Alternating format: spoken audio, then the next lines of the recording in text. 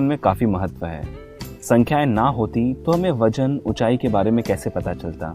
गर्मी है या ठंडी, ये टेम्परेचर कैसे मेजर करते हैं? डिस्टेंसेस, लेंथ, प्रॉफिट लॉस इत्यादि में संख्याओं का बहुत योगदान है। आज हम संख्याओं यानी नंबर्स के बारे में थोड़ी और गहराई में पढ़ेंगे। सबसे पहले यह बता दें कि हम जिन भी संख्याओं की चर्चा करेंगे ये सभी वास्तविकता में मौजूद हैं। इसलिए इन संख्याओं को हम वास्तविक संख्याएं यानी रियल नंबर्स कहते हैं। अगर आप सोच रहे हैं कि वास्तविक संख्याएं होती हैं तो क्या काल्पनिक संख्याएं भी होती हैं? तो इसका जवाब है हाँ, लेकिन उन संख्याओं के बारे में हम बाद में सीखेंगे। वास्तविक संख्याओं को जब हम रेखा पर दर्शाते हैं तो इस रेखा को हम वास्तविक संख्या रेखा कहते हैं यानी रियल नंबर्स लाइन। एक्चुअली वास्तविक संख्या रेखा की मदद से संख्याओं के बारे में सीखना काफी आसान होता है। तो चलिए देखते हैं रियल नंबर लाइन। यह एक सीधी रेखा है जिसके मिडिल में जीरो है। जीरो के राइट हैंड साइड में धनात्मक संख्याएं यानी पॉजिटिव नंबर्स हैं और जीरो के लेफ्ट हैंड साइड में ऋणात्मक संख्याएं यानी नेगेटिव नंबर्स हैं। ये सभी संख्याएं जो भिन्न या दशमलव के रूप में नहीं हैं बल्कि पूर्ण हैं, इन्हें पूर्णांक या अंग्रेजी में इंटीजर्स कहते हैं। शून्य से दाहिनी ओर की संख्याओं को धनात्मक पूर्णांक और बाईं ओर की संख्याओं को ऋणात्मक पूर्णांक कहते हैं। दोस्तों, धनात्मक पूर्णांकों को हम प्राकृतिक संख्याएं या नेचुरल नंबर्स भी कहते हैं। और अगर धनात्मक पूर्णांकों में शून्य का समावेश करें तो जो संख्याओं का समूह प्राप्त होगा वह होगी पूर्ण संख्याओं की श्रेणी। हम ऐसा भी कह सकते हैं कि ऋणात्मक पूर्णांक और पूर्ण संख्याओं को मिलाकर हमें मिलता है पूर्णांक यानी पूर्ण अंक। धनात्मक पूर्णांकों को फिर से दो संख्याओं में वर्गीकृत किया गया है, अभाज्य संख्याएं और भाज्य संख्याएं। अभाज्य संख्याएं वह होती हैं जो केवल दो संख्याओं से विभाजित होती हैं। पहला है एक और दूसरा है खुद वही संख्या। उदाहरण के तौर पर नंबर 2 जिसे केवल एक और खुद वही संख्या 2 से ही विभाजित किया जा सकता है। उसी प्रकार नंबर 3 और 5 भी हैं, करेक्ट? तो नंबर 2, 3, 5, 7, 11, 13, 17, 19 और इसी तरह आगे भी अनगिनत संख्याएं अभाज्य संख्याएं होती हैं जिन्हें केवल एक और खुद वही संख्या से ही विभाजित किया जा सकता है और इसे हम अभाज्य संख्या की परिभाषा कहते हैं। तो अब आप ही बताइए कि भाज्य संख्याओं की क्या परिभाषा हो सकती है? क्या हम कह सकते हैं कि यह वह संख्या है जो कम से कम 3 या उससे भी अधिक संख्याओं से विभाजित होती है, जैसे कि नंबर 4 जो 1, 2 और 4 से विभाजित होती है, वैसे ही नंबर 6 जो 4 संख्याओं से विभाजित होती है, 1, 2, 3 एंड 6 से।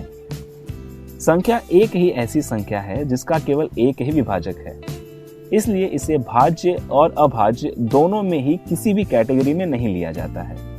दोस्तों, किसी भी दो पूर्णांक संख्या के मध्य में कई अनगिनत संख्याएं हैं जो भिन्न और दशमलव के रूप में लिखी जा सकती हैं, जैसे कि 0 और 1 के बीच में है 0.5 या कह सकते हैं कि 1/2।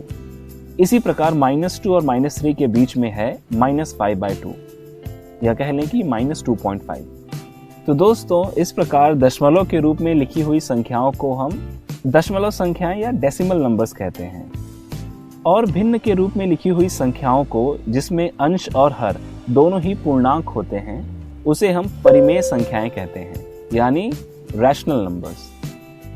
किसी भी इंटीजर्स यानी पूर्णांक को परिमेय संख्या के रूप में लिख सकते हैं, जैसे कि 0 को 0/1, 1 को 1/1, 2 को 2/1 और इसी तरह हर एक नंबर के लिए होगा। इसलिए पूर्णांक को भी परिमेय संख्याएं कह सकते हैं।